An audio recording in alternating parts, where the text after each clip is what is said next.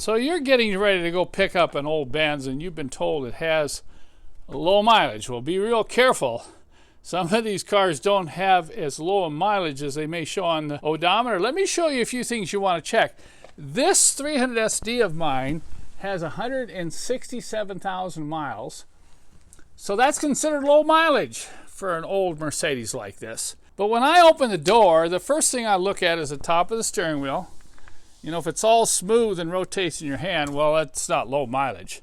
But notice here, the grain is hardly even worn here.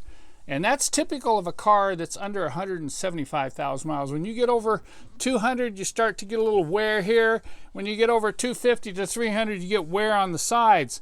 So the steering wheel is a real clue. The other thing is the brake pedal down here. Look at this one. This gives you a pretty good idea of the wear you would see at 167,000. So if the pedal's all worn out, flopping around down there, it's not a low mileage car. Look also at the gas pedal.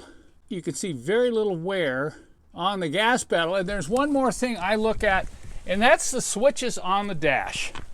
You look at the switches on the dash and see if there's a lot of wear on them. Particularly on something like the sunroof switch over here. See that? That'll be worn off, or the air conditioning switch will be worn, or these switches will be all worn off. You'll see a lot of hand wear. And the other thing is wear on the top of the shifter knob. These will smooth off right in here if the car has well over 200,000 miles.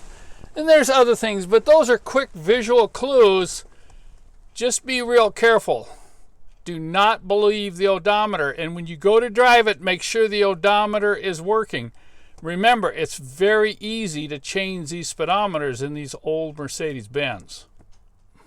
And by the way, take a look at the wood in this 300 SD. You'll be hard-pressed to find anyone anywhere better. There isn't even a crack in the finish.